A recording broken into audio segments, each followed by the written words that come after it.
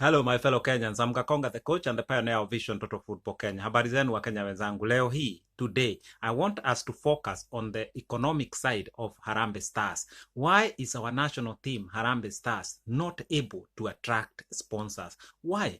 This is a question we must ask ourselves. We must analyze this question very well, and we must do something about it, because we cannot have a team, our national team, that is not able to get sponsors. By the way, I want to start here.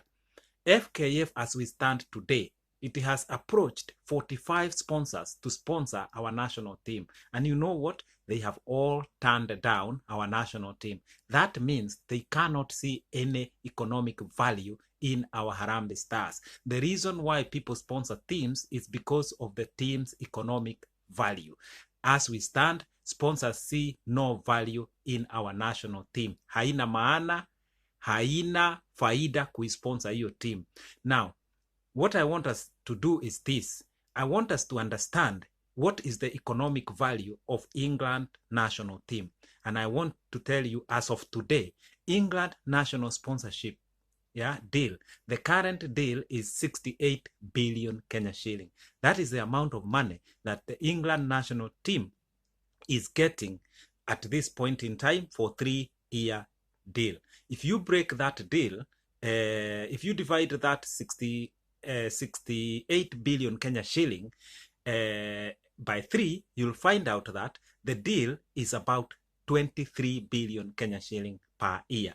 But our Harambee Stars national team, it is struggling to get anything. And the last deal, as we all know, which was from a company called Bettini, and that was during AFCON, when this betting company called Bettini came in, and Bettini sponsored Harambee Stars, and the deal was 23 million Kenya shilling, per year.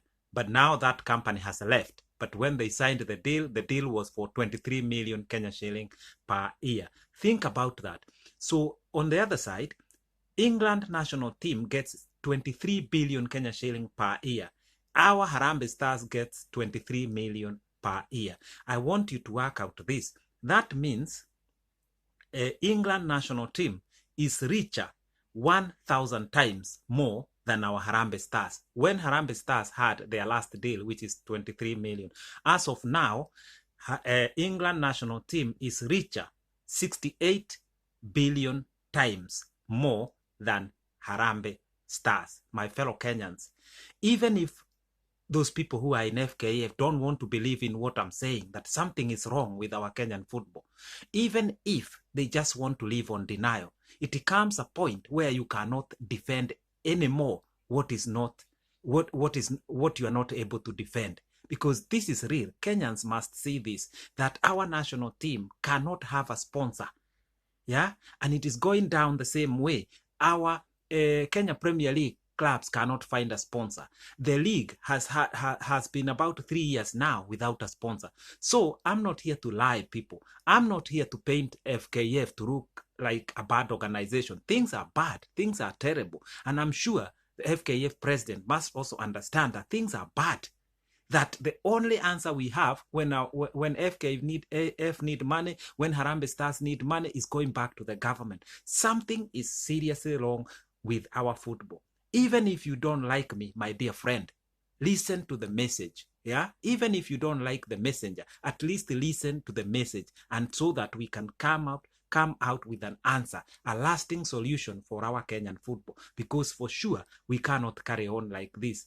And I also want to say this: FKF people, those who are working within FKF, I know majority of them, please stop throwing emotional tantrum when you listen to my videos. Listen to the message. Understand why I'm putting out this message. Why every other Kenyan is complaining. The government, the coaches, the referees, the players.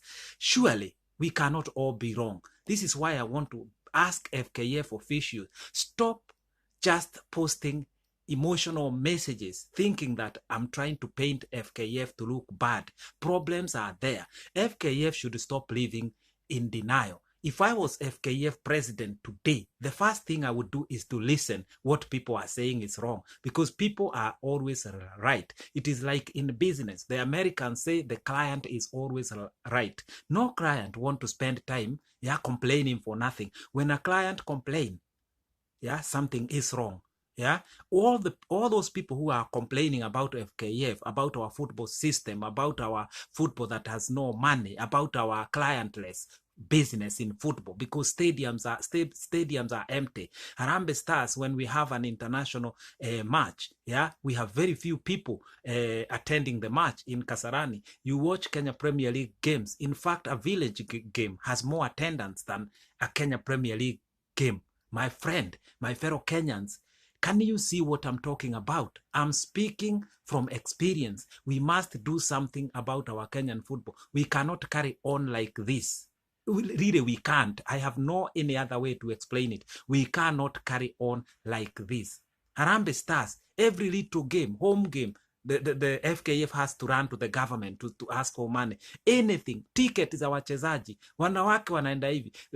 Just a while ago, the team ambayo ilienda under 20 ambayo ilienda Uganda, they went by a bus. Why? Just to afford that 1 hour or so flight there. It is impossible when it comes to FKF. And as I close, I want to know, has Aderam Rouge been paid his money 103 million Kenya shilling, or are we waiting to be blown out of the World Cup by FIFA? FKF, share message with Kenyans. Run organization in an open manner so we understand where we are heading. We are just in this FKF ship heading to crash, not knowing where we are going. FKF, run the organization in an open manner. Stop criticizing me and jumping on emotional tantrums without taking serious the message that I'm communicating here. My fellow Kenyans, my message today was this: we must do something about it. We cannot have a situation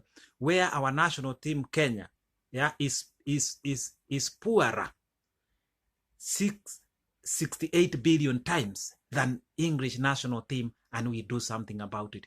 To me, this is a hallmark of a failed football system, and it starts all the way at the top, and then it goes all the way down to the village level. Our football system has failed totally, and it is a tragedy. My fellow Kenyans, let us join hands together and do something about it. I live in peace. I'm Coach Kakonga. I'm gone.